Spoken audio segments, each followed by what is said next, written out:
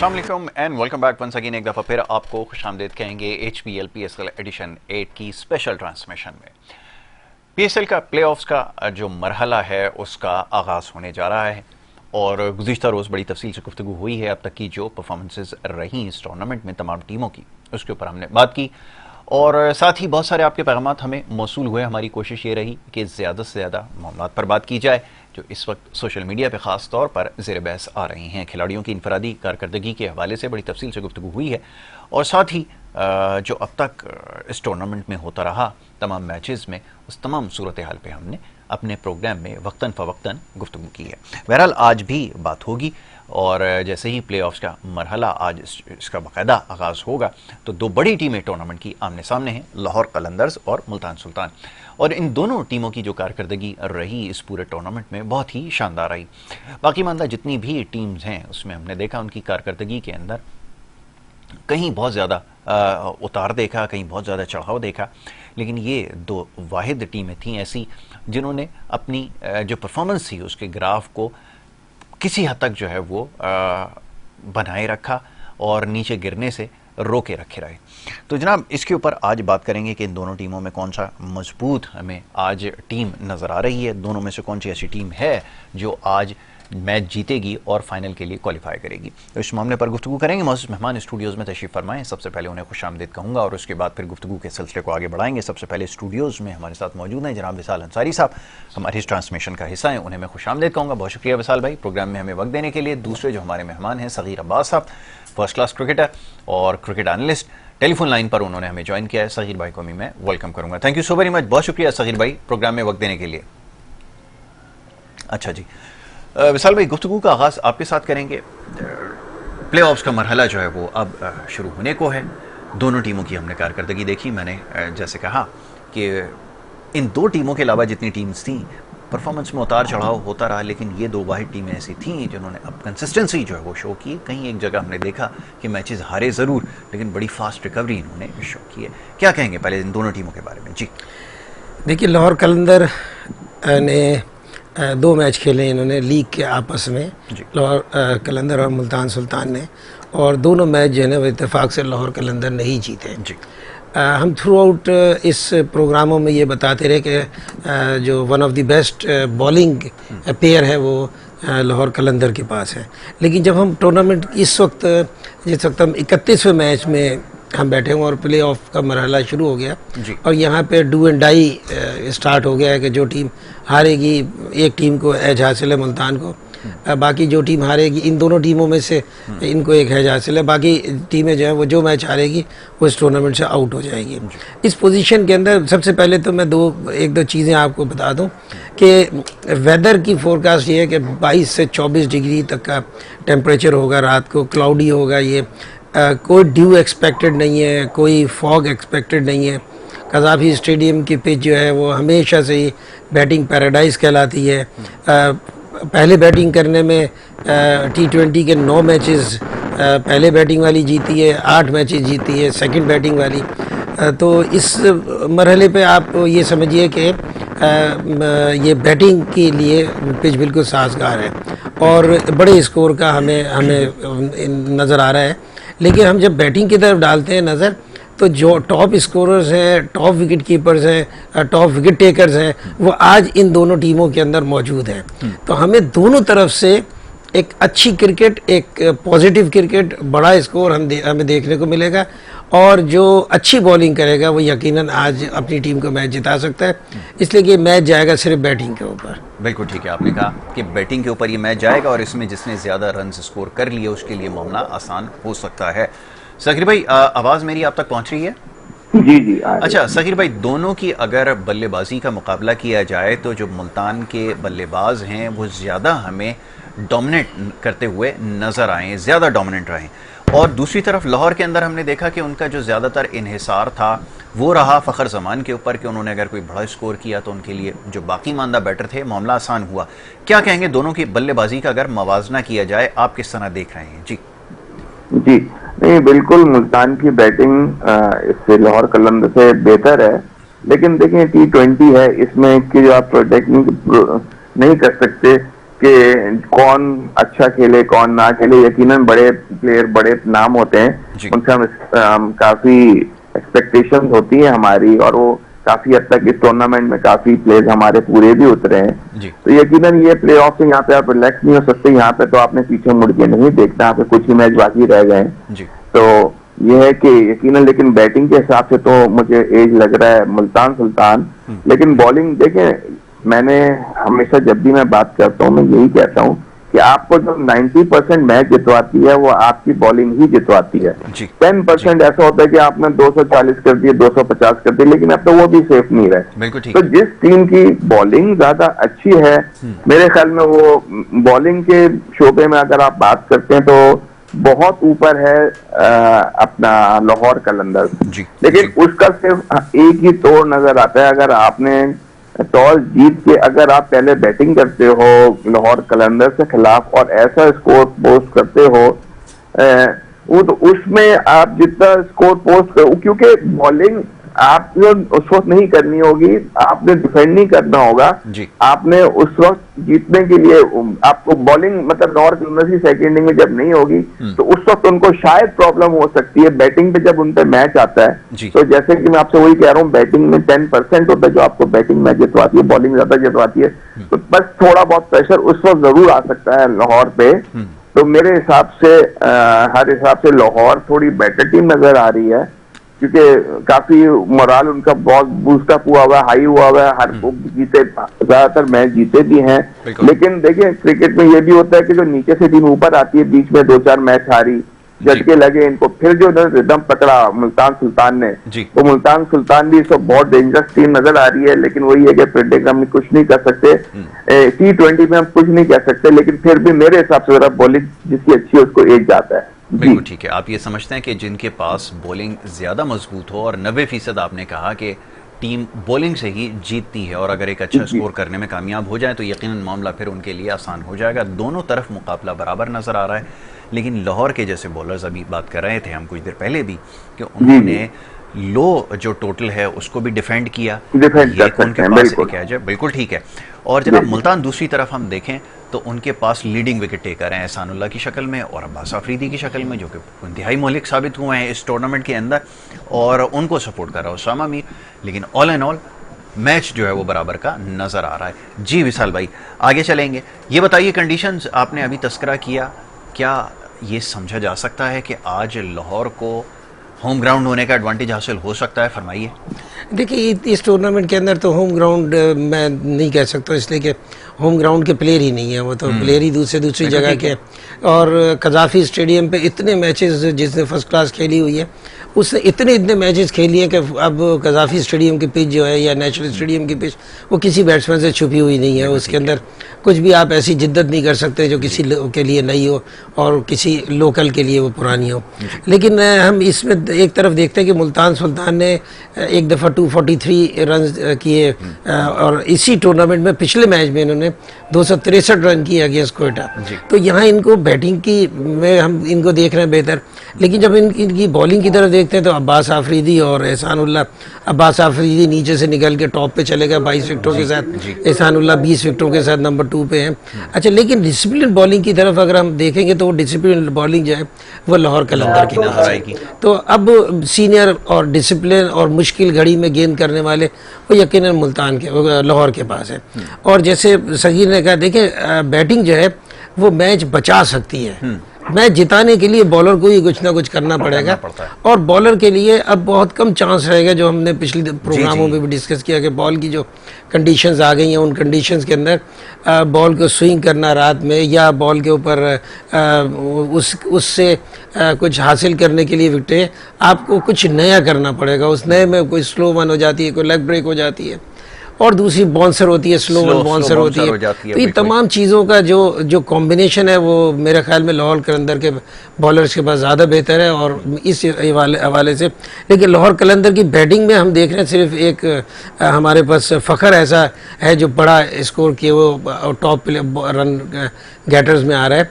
बाकी प्लेयर जो है वो बस ऐसी है, लेकिन अब्दुल्ला शफीक बड़े अच्छे हैं, सिकंदर ने भी एक मैच में रन कर दिया था, ताहिर बेग भी मुसलसल मुसलसल रन कर रहा है। वीज़ा मेरे लिए बड़ा एक मैं इस टूर्नामेंट के अंदर उसको बिल्कुल मैंने अलग शेप में देखा। वीज़ा इससे पहले इतना तेज़ गेंद नहीं करता था, इससे अच्छी पहले मैं इनको एज ए बैट्समैन कंसीडर करता था, बैटिंग ऑलराउंडर समझता था, लेकिन इन्होंने इस दफ़ा बॉलिंग भी अच्छी की। तो मैच ओवरऑल ये मैच जो है ये बड़ा एक एंटरटेनिंग मैच होगा, लग के मैच देखने के लिए होगा। और मुझे लग रहा है कि इसके अंदर देखिए टॉस भी इस आज के मैच पे मैटर नहीं करता, बराबर की टीम है, बराबर का मैच है, बराबर की टीम है, बराबर सिर्फ इस वक्त एज हासिल है लाहौर कलंदर को अपने एक्सपीरियंस से, और वो एक्सपीरियंस T20 के अंदर बहुत इंपॉर्टेंट है। ये T20 पूरी के पूरी उसके एक्सपीरियंस पे जाती है, लेकिन एक चीज़ को हम पीछे छोड़ते चले आ रहे हैं और वो है फील्डिंग। फील्डिंग का मयार इस टूर्नामेंट के अंदर मेरे हिसाब से कोई अच्छा नहीं रहा, बहुत ख़राब मयार रहा। मैं समझता हूँ ये बिलो स्टैंडर्ड रहा। आज के बाद अगर फील्डिंग, ये दोनों टीमें बड़ी मैच्योर टीम है, अगर आज फील्डिंग का स्टैंडर्ड अच्छा हुआ तो हमें ना बहुत ज़्यादा स्कोर नज़र आएगा और हमें कुछ अच्छी क्रिकेट आज देखने को इंशाल्लाह मिल सकती है। बिल्कुल ठीक है। ज़हीर भाई ये फरमाइएगा कि अब तक जो कुछ टूर्नामेंट में होता रहा वो एक तरफ, और हम ये गुज़िश्ता रोज़ भी बात कर रहे थे कि अब टूर्नामेंट के अंदर एक नए टूर्नामेंट का जो है वो आगाज़ हो रहा है। क्या इससे फ़र्क पड़ेगा कि जो पिछली परफॉर्मेंसेज रहीं या कांटे के मुकाबले रहे, कहीं हमें लाहौर ज़्यादा हावी नज़र आया, क्या ये तमाम चीज़ें ज़ायल हो जाएंगी? क्योंकि अब एक नए सिरे से टूर्नामेंट जो है वो शुरू होगा और ये जो फाइनल मुकाबला, ये मरहला है, ये बहुत दिलचस्प होगा। क्या ये तमाम चीज़ें वाकई मैटर करती हैं? फरमाइएगा। जी जी बिल्कुल। देखिए नॉकआउट स्टेज का जो प्रेशर होता है वो अलग ही होता है। जी। उसमें काफी प्लेयर एक्सपोज भी हो जाते हैं। बिल्कुल सही। जब उन पे ज्यादा प्रेशर आता है, अभी तो आपको पता है आपने इतने मैच खेलने, अगर एक दो मैच में मैंने नहीं किया तो आगे चांस है या टीम को चांस है कि वो कम बैक कर लेगी, लेकिन यहाँ पे तो नॉकआउट स्टेज आ गई है।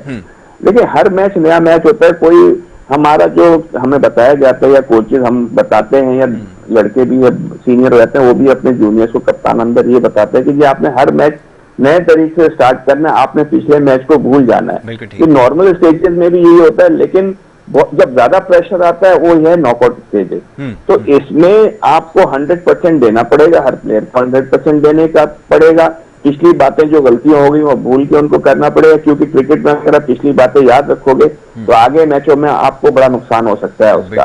फील्डिंग जैसे आपकी फील्डिंग में 19-20 कैचेज आपको बहुत अच्छे पकड़ने पड़ेंगे। देखिए क्रिकेट में ये आपको पता ही, जैसे फील्डिंग ही आपको मैच काफी हद तक आगे चिटवाती है। कैचेस पकड़ने, जितने कैचेस पकड़े जाते हैं वो भी उससे बहुत एडवांटेज होता है। अभी आप देखें पोलार्ड ने वो क्या जबरदस्त कैच पकड़ा था, उससे उनकी टीम एक अच्छा कैच हो जाए, एक अच्छा रनआउट हो जाए तो आपके क्रिकेट के मैच का नक्शा पलट जाता है। बिल्कुल ये बहुत जरूरी है कि आपकी फील्डिंग टॉप की होनी चाहिए ग्रुप नॉकआउट स्टेजेस में, और जितना लेस प्रेशर आप लेके खेलेंगे, इतना रिलैक्स होके खेलेंगे, वो टीम को एडवांटेज होगा। लेकिन क्योंकि नॉकआउट स्टेज है, थोड़ा सा जो नए प्लेयर हैं वो जरा उसको अगर उस पर हावी आ गए, क्योंकि मुझे इसके काफी नए यंग प्लेयर नजर आ रहे हैं ये वाली टीम में, क्या नाम है, लाहौर कलंदर्स में जी। और उसमें काफी मैच्योर प्लेयर हैं जो कि काफी लीग्स खेलते हुए आ रहे हैं और बहुत अच्छे प्लेयरों में मल्टी डायमेंशनल प्लेयर है, पूरी दुनिया में क्रिकेट खेलते हैं। राइली रूजो उसमें है, डेविड मिलर उसके अंदर है, कैरन पोलार्ड शामिल है। आपने बिल्कुल सही कहा कि ये सारे फिनिशर्स हैं। ये किसी कोई एक प्लेयर भी आपको मैच जितवा सकता है। बिल्कुल ऐसा ही है, स्पेशलिस्ट खिलाड़ी हैं। जी। और लाहौर में एक आध प्लेयर जरूर है, बॉलिंग में है, ज्यादातर बैटिंग में जो एज हासिल है वो मुल्तान को हासिल है। बिल्कुल आपने सही कहा कि ये वाज़ेह फर्क दोनों टीमों के दरमियान है। विशाल भाई ये फरमाइएगा कि जब लड़के का नाम पाकिस्तान के लिए आता है तो वो एक नए शेप में नजर आता है। अब मिसाल के तौर पे आप एहसानुल्लाह को लीजिए, अब तक जितनी मेहनत थी उसकी रंग ले आई है। अगर उसका नाम आ गया है तो मैं ये सोच रहा हूँ कि आज एक नया एहसानुल्लाह देखने को मिलेगा, क्योंकि कॉन्फिडेंस की सारी बात है। जब इंटरनेशनल के लिए क्वालिफाई कर गए तो फिर तो आप डोमेस्टिक के किसी इवेंट के अंदर उसको देखें, वो लड़का बिल्कुल चेंज हो जाता है। क्या ये फर्क पड़ सकेगा? बिल्कुल पड़ता है। बिल्कुल देखिए, ये दो तीन चीज़ें बड़ी इंपॉर्टेंट है। एक तो देखिए ये T20 टूर्नामेंट, ये रेगुलर T20 टूर्नामेंट खेलता चले आ रहे हैं, तो उसकी वजह से उनको वो यूज टू हो गए इसके। तो अब उनका अब जो मेंटल अप्रोच है वो उनकी बन चुकी है। तो ये T20 टूर्नामेंट खेलने की वजह से जब ये अफगानिस्तान के खिलाफ खेलेंगे तो इसका यकीनन इनको एज हासिल होगा, और उसमें एहसानुल्लाह का नाम भी आ गया है। तो अब ये उसी हिसाब से वो करेंगे। मुझे एक याद है कि अजीम हफीज़ जब पाकिस्तान 19 खेल के आया था तो उससे पहले अजीम हफीज़ का पेस नहीं था, लेकिन जब वो वापस आया तो उससे बड़ा ज़बरदस्त पेस उसका बन गया। तो ये जब आप इंटरनेशनल क्रिकेट में दाखिल हो जाते हैं तो आपकी सोच, आपकी समझ, आपकी फ़िज़िकल फिटनेस, आपकी ट्रेनिंग, ये सब चीज़ें डिफरेंट हो जाती हैं और उसके बाद आपको आगे जब नज़र आने लगता है तो देखिए यही प्रोफेशनलिज्म है। प्रोफेशनलिज्म ये है कि आप जिस काम के पैसे ले रहे हैं वो काम का पूरा पूरा वो करें। और अगर आपको अपने आप को ज़िंदा रखना है तो आप भले आपको पैसे ना मिले, लेकिन आप अगर इंटरनेशनल क्रिकेट में अपने आप को ज़िंदा रखना है तो आपको परफॉर्मेंस दिखानी है।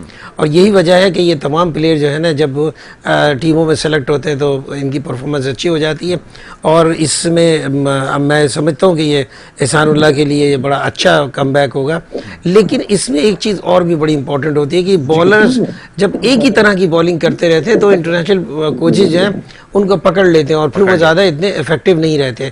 इसीलिए हमने देखा है कि एक टूर किसी का अच्छा होता है, अगले टूर में वो डिमोरलाइज हो जाता है, लेकिन उसके बाद अगर कोच अच्छा हो तो वो तीसरे टूर के ऊपर उसको कुछ नई चीज़ें सिखा के उसको वो सेटल कर देता है। तो ये आज का बड़ा इंपॉर्टेंट होगा। ये मैच मैं आज के मैच को मैं बड़ा हाई रेटेड कर रहा हूँ कि आज ये बहुत ज़बरदस्त मैच होगा। और ये तो चारों मैच जो हैं ये टूर्नामेंट के बेस्ट मैच होने जा रहे हैं। और मैं इसमें मेरी नज़र में तो ये बड़ा मैं जब स्टैटिस्टिक्स देखता हूँ तो इतनी ज़बरदस्त है कि मैं उसमें बड़ा वो होता हूँ। लेकिन मैं एक चीज़ मैं चलते चलते बताता जाऊँ आपने सगीर अब्बास की, कि सगीर अब्बास जो है ये अभी ऑस्ट्रेलिया में सितंबर अक्टूबर में ओवर 60 वर्ल्ड कप हुआ था, उसमें पाकिस्तान टीम के ये वाइस कप्तान भी थे और उन्होंने वहाँ मैन ऑफ द मैच भी बहुत सारे लिए और ये बड़े एक्स्ट्रा ऑर्डनरी फील्डरों में वहाँ शुमार हुआ और ये ऑफ स्पिनर से फास्ट बॉलर बन गया और इन्होंने अपनी टीम को फाइनल जितवाया। यंग आदमी को आपने ओवर 60s में डाल दिया तो ये तो बड़ी ज्यादती है कि सगीर तो अभी हमारे यंग है बिल्कुल, ये वर्ल्ड चैंपियन हो गया इनको जो वो खिलाया, वर्ल्ड चैंपियन तो है सगीर अब्बास की क्रिकेट और उनकी फिटनेस तो हम मिसाल देते हैं। जी सगीर भाई क्या कहेंगे? चलें यहाँ पे आपकी परफॉर्मेंस का तस्करा जो है वो विशाल भाई ने कर दिया। मेरा तो ये सवाल है आप कैसे 60 का टूर्नामेंट जो वो खेलने के लिए चलेगा? हम तो आपको अंडर 40 अभी खिलाने वाले हैं। या फिर मैं तो भाई करते ही रहता हूँ परफॉर्मेंस, मैं कितना क्या करूँगा पता है यार ये अंडर 60 वाली मेरी समझ में नहीं आई है। नहीं वहाँ पे देखे ना जैसा देश वैसा भेष। जी जी ऑस्ट्रेलिया विकेटें थी तेज थी। तो मैंने कहा चलो अब यहाँ पे थोड़ा सा आखिरी फिटनेस अपनी दिखाई दो, तो मैंने जरा थोड़ा सा जान लगा के बॉलिंग कर दी। वो इत्तेफाक से इकट्ठे 9 ओवर भी करा दिए। उसमें ये होता था कि दूसरी टीम के और हमारे साथ जो एक याकूब थे सियालकोट के, वो अच्छे तेज बॉलर थे, तो हमारा spell 18 over 40 run, 18 over 30 run 3 out, तो इससे हमारा बेस बन जाता था बॉलिंग में। तो उससे फिर जो नीचे काफी एडवांटेज मिल जाता था हमारी टीम को ना पहले की परफॉर्मेंस। और माशाल्लाह हर मैच में ही ऑलमोस्ट हमने ऐसे ही किया कि माशाल्लाह बॉलिंग बहुत अच्छी हुई, तो फिर इतना टारगेट नहीं मिला। आखिरी मैच में हमें बस 200 कुछ का टारगेट मिला था जो फाइनल हमारा हुआ था, जो कि हम माशाल्लाह से काफी आसानी से जीत गए थे। तो हमारा माशाल्लाह वहाँ पे काफी अच्छा रिदम बन गया था लड़कों का, बैट्समैनों का भी और बॉलर्स का भी। तो अल्लाह ने फिर करम भी किया माशाल्लाह से। लड़के आपने खूब कहा है, अच्छी बात है, इसको मोटिवेट नहीं बिल्कुल सही है। ज़ाहिर है क्रिकेट खेलने वाला तो हमेशा लड़का ही रहता है, तो ये अच्छी बात है। तो ये जी फिटनेस जरूरी है। और ये मैं आजकल जो बच्चे खेल रहे हैं उनको यही मैं मैसेज देता हूँ कि मैं जितने भी ये जो क्रिकेटर्स को देखता हूँ, जो हमारे पुराने क्रिकेटर्स हैं, ये एवर यंग हैं और बड़े हार्ड वर्कर हैं। स्टिल सिकंदर बख्श साहब हैं, सगीर अब्बास और दीगर जो खिलाड़ी बड़ी आज भी बड़ा वर्कआउट करते हैं, बड़ी इनमें हमारे क्रिकेटर्स में ये है कि अगर या तो बैट्समैन बैटिंग करते हुए सेट हो जाते हैं तो वो आउट नहीं होते, वो जितवा के ही आते हैं वापस। और बॉलिंग में भी ये कि अगर रिदम बन जाए तो वो भी काफी हद तक कोशिश करते हैं कि मैच एक्साइटेड हो जाए, क्योंकि आपके अगर 10 ओवर का 9 ओवर का स्पेल अच्छा हो जाता है काफी, उससे आपको टीम में काफी एडवांटेज मिल जाता है। लेकिन ये कि बैट्समैन जो हमारे मैच्योर पुराने जमाने की क्रिकेट खेले हुए वो एक दफा सेट हो जाते हैं ना, उनको आउट करना मुश्किल हो जाता है। और इत्तेफाक से 45 ओवर्स का मैच था, तो हमें इसका एडवांटेज ज्यादा हुआ कि हम मैच अपना पूरा खेले। बिल्कुल सही है, बिल्कुल सही है सही भाई, ये आपने बड़े काम की बात बताई और मैं सोचने में मजबूर हूँ, क्योंकि ये 10 ओवर करना आज बड़ा मुश्किल नजर आ रहा है। अभी खासतौर पे ये जो यंगस्टर्स की बात हो रही है, आप 4 ओवर तो करवा सकते हैं, लेकिन ये 10 ओवर करवाने वाले भी अब हमारे पास नहीं है। सही देखिए ना, हमारे पास टेस्ट में कोई नहीं मिलता आपको, सब रिटायरमेंट लेके जी सारे T20 में आ जाते हैं। ये मेहनत का काम है। जी, अब मेहनत के अब पैसा कमाना बहुत आसान हो गया। हमारे जमाने में पैसा नहीं था, लेकिन हमारा एक पैशन था, क्रिकेट खेलने का शौक था। जी, बिल्कुल पाकिस्तान से खेलने का शौक होता था। अब पैसे कमाने का ज्यादा शौक है ज्यादातर लोगों को। जो भी आपके क्रिकेट आता है पहले सोचते हैं मुझे पैसे बहुत होंगे तो फिर मैं मेहनत पूरी, जो भी है। तो हमारा थोड़ा स्पोर्ट्स क्रिकेट से ज्यादा मोहब्बत हुआ करती थी, ना कि उसमें पैसों से पैसे मिलते थे। यकीनन घर भी चलाना होता था, लेकिन ये है कि असल हमारा पैशन था पाकिस्तान से खेलना और अच्छा खेलना, अपने अपने खुशी के लिए खेलना। बिल्कुल ठीक है, ये आपने बिल्कुल सही कहा। विशाल भाई, ये अभी सगीर भाई ने जो बातें बताई हैं बड़े काम की हैं। खासतौर पे इन्होंने कहा कि जैसे पुराने जो क्रिकेटर्स हुआ करते थे वो एक दफ़ा सेट हो जाते थे तो आउट करना बड़ा मुश्किल होता था। मैंने आपको भी खेलते हुए देखा और बहुत सारे क्रिकेटर्स को खेलते हुए देखा। ये बात बिल्कुल सही है, लेकिन आज जिस चीज़ की मुझे सबसे ज़्यादा कमी नज़र आती है वो है कि कोई भी खिलाड़ी हो, पिछले मैच में देखें इतनी अच्छी परफॉर्मेंस देगा, आज के मैच में आएगा, अनप्रिडिक्टेबिलिटी बहुत ज्यादा हो गई, कंसिस्टेंसी कहीं नजर नहीं आ रही। उसका क्या राज है, उसकी क्या की है? देखिए ये मैं जो इस चीज़ को बहुत ज़्यादा हमने ऑब्जर्व किया है जब हम एसोसिएशन में होते थे। उसकी एक वजह हमें जो समझ आती थी वो ये होती थी कि पहले जो खिलाड़ी था वो अपनी टीम का जो सरपरस्त होता था, जो उनका कोच होता था, जिसने कभी ज़िंदगी में कोचिंग नहीं की होती थी, क्रिकेट की समझ नहीं थी, लेकिन वो क्रिकेट के वो बातें बताते थे जो उस प्लेयर के लिए बहुत वो ज़बरदस्त टिप्स होते थे। वो उनसे डर की वजह से आउट होते हुए डरते थे। मैंने इनके बड़े भाई ज़हीर अब्बास को देखा कि भाईजान जो थे इनके कोच, वो जब ज़हीर भाई कहीं 50 के अंदर आउट हो जाते थे तो ज़हीर भाई जहाँ भाईजान बैठे होते थे वहाँ नहीं जाते थे, दूसरी तरफ जाते थे। तो वो जो इज्जत करने का और इज्जत कराने का जो एक उस ज़माने में वो था। अब कोचेज जो है वो टेक्निकली तो बहुत ज़्यादा स्ट्रॉन्ग कर देते हैं बच्चे को, लेकिन उसका नतीजा कभी कभी ख़राब भी होने लगता है कि एक लड़की की एक बहुत अच्छी शॉट होती है तो उस शॉट को वो छोड़ने लगता है। मुझे वो वक्त भी याद है ज़हीर भाई का कि ज़हीर भाई कटें बड़ी अच्छी खेलते थे तो इंग्लैंड में 2-2 पॉइंट और गली ले लेते थे वो, और ज़हीर भाई को कटें खिलाते थे और ज़हीर भाई उसी के बीच में से चौके मारते थे। आज क्या कहते हैं कि आज कहते हैं यार तुम्हारी ये शॉट जो है ना, ये ज़रा से तुम इस पे वीक हो, इस शॉट को छोड़ दो। तो छोड़ने से नहीं है, उस शॉट को परफेक्ट करने पे है। मेरी ये सोच है कि उस वक्त अब टेक्निकली प्लेयर बहुत स्ट्रॉन्ग हो गए, लेकिन उनके अंदर वो जो रन करने का जो जज्बा है या रन करने का शौक है या जो रन करने का जुनून है वो ग्रेजुअली कम होता चला जा रहा है। अच्छा, T20 के अंदर ये प्रॉब्लम आ गई है कि T20 के अंदर सेट होने का मौका नहीं मिलता है। देखिए आपने पिछले मैच में 150 रन भी किया हो ना, जब भी आपका जो पहला ओवर है ना वो आपके लिए बड़ा डेंजरस होता है। उस वक्त ना आपका बल्ला हिल रहा होता है, ना आपकी टांगे हिल रही होती हैं, सब चीज़ें जाम होती हैं। अब वो 6 गेंदे 8 गेंदे 10 गेंदे अपने आप को वार्म अप करने में उसके पेस के मुताबिक में या उसके टर्न के हिसाब से विकेट के कंडीशन को समझने में आप इन सब चीज़ों को जब गैदर कर लेते हैं 1-2 ओवर के बाद, तो फिर आपके बल्ले से थोड़ा सा गेंदें चलना शुरू होती हैं। तो वो जो पीरियड है वो T20 में तो मिलता ही नहीं है प्लेयर को। बिल्कुल ऐसा ही है। और बाहर वाले बैठे होते हैं, उन्होंने जाके बताना होता है कि भाई 12 रन से खेलना है। अब तो ये अजीबोगरीब मैच हो गया, 13 रन वाले मैच भी आ गए। हम तो 9 रन के एवरेज के मैच देख रहे थे। तो ये 13 रन एवरेज है, ये तो जब आप ऊंचा शॉट नहीं खेलेंगे तो आप रन नहीं करेंगे, और ऊंचा शॉट खेलने के लिए आपको आउट होने का खतरा मौजूद है। यही वजह है कि कंसिस्टेंसी खत्म हो गई है प्लेयर के अंदर, और एक मैच में रन करने के बाद दूसरे मैच में रन नहीं कर पाते, इसलिए कि फिर वो ये सोचने लगती है सामने वाली टीम कि इसने पिछले मैच में रन किए, इसको आउट करो वरना मैच हार जाओगे। तो उनकी तवज्जो उस पर चली जाती है और प्लेयर की तवज्जो अपने रनों से हट जाती है। तो ये बड़ी एक प्रॉब्लम है। बिल्कुल ठीक है। सगीर भाई क्या कहेंगे, क्योंकि देखिए अभी टेक्निकली जो अब साउंड प्लेयर होता है वो कम रह गए दुनिया में। हमें रडार पे कम ऐसे खिलाड़ी हैं, जिसमें बाबर आजम है, चंद एक खिलाड़ी और हैं जो टेक्निकली बहुत ज्यादा साउंड है। लेकिन जो टेक्निकल प्लेयर होता है फिर उसका बैटिंग स्टाइल ऐसा ही होता है कि वो विकेट पे जाकर पहले विकेट को देखेगा, सेट होगा और उसके बाद फिर मोमेंटम जो है वो बिल्ड करेगा। लेकिन अब यह है, जैसे विशाल भाई ने कहा कि हमने देखा कि कामयाब वो है जो पहली गेंद से चार्ज ले रहा है। तो क्रिकेट मुश्किल हुई है बैटर्स के लिए या आसान हुई है, आप क्या समझते हैं? क्योंकि ये जो कंसिस्टेंसी है ये तो तब आएगी जब प्लेयर को विकेट समझना आती होगी, उसके नेचर को समझेगा, मेरिट पे खेलने की कोशिश करेगा।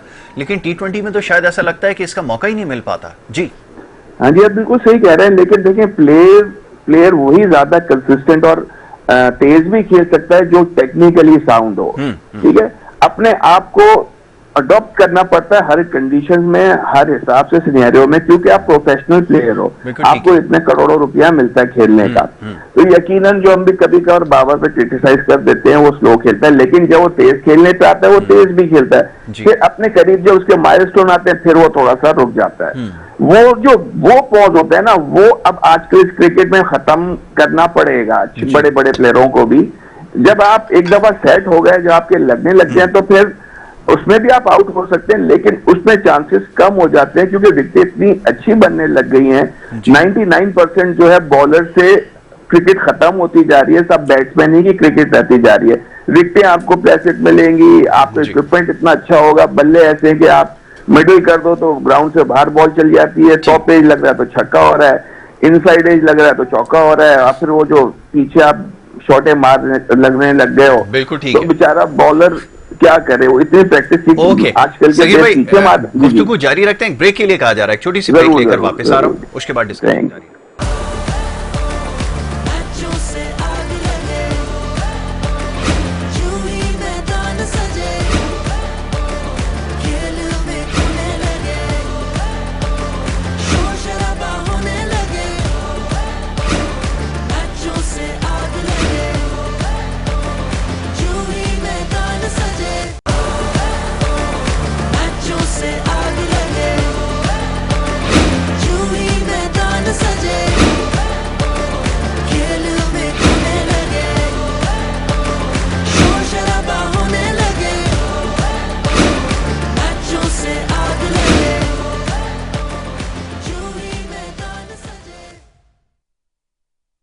मैच होने वाला है उसके हवाले से हम गुफ्तगू कर रहे थे और साथ साथ कुछ बात हो रही थी टेक्निकलिटीज़ के हवाले से। T20 क्रिकेट के हवाले से हमेशा मौजू रहता है कि मॉडर्न क्रिकेट के हवाले से जो टीम्स हैं या नए प्लेयर्स हैं इनमें कितनी अडेप्टेबिलिटी है कि इसको समझ सकें और इस हिसाब से सिचुएशन के हिसाब से क्रिकेट को खेल सकें। क्योंकि यहाँ पर इस टूर्नामेंट में भी हमने देखा जो गैर मुल्की चंद एक खिलाड़ी थे उनकी परफॉर्मेंस बहुत आउटस्टैंडिंग रही है, जिसमें रायली रूजो शामिल हैं, जिसके अंदर जेसन रॉय शामिल हैं, जिसके अंदर मार्टिन गप्टिल शामिल हैं, जिसके अंदर और कॉलिन मनरो और दीगर खिलाड़ी हैं जो ज़्यादा प्रोमिनेंट रहे।